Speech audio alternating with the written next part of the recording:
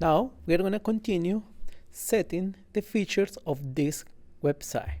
I'm going to add a couple of classes. One that is going to be called all, that means it's going to apply for all the components that we have, and I'm going to change the padding to 20 pixels and the border. You can explore with these colors and these values. For this class, on my index PHP, I'm going to modify, I'm going to say that we are going to use the style for the logo and also for the all. I'm going to add the same in all of them.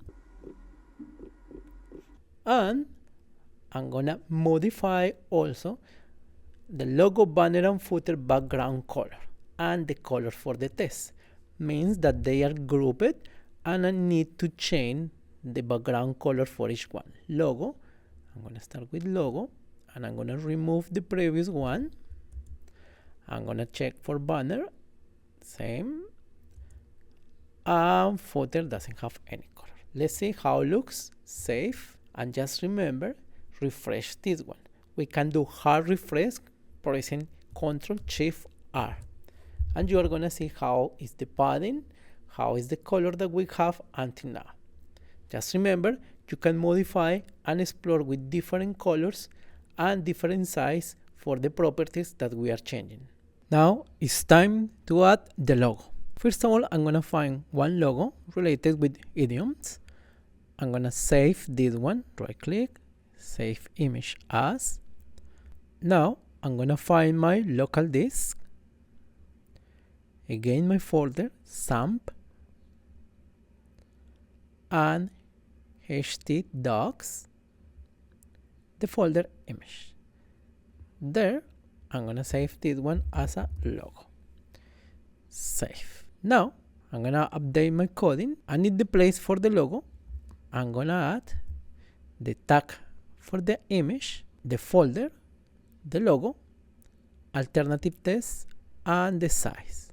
Let's see how this one is working. Save, refresh, and we have here the logo. Now, I'm going to add the title, will be under banner. It's going to be a H1 tag and could be idioms around the world. Now, I'm going to add the style under the logo, banner, and footer. Ctrl B, and we have our style. Save and save the index, and let's see how it looks. At this point, I have the idioms around the world. Next step, we are going to modify the navigation bar. We are going to find the class, the container that we have for the navigation, delete our content, and we are going to type all the tags that we need for the links. At this point, I have created the links empty. We have the class. Later on, we are going to add the styles, and we have the labels that will be appearing in the buttons. Let's see how it looks. Save and refresh. Great. Now we have the button. We need to give a style to this button. To add the style, I'm going to select my styles, and at the end of the file, I'm going to add the style for the button.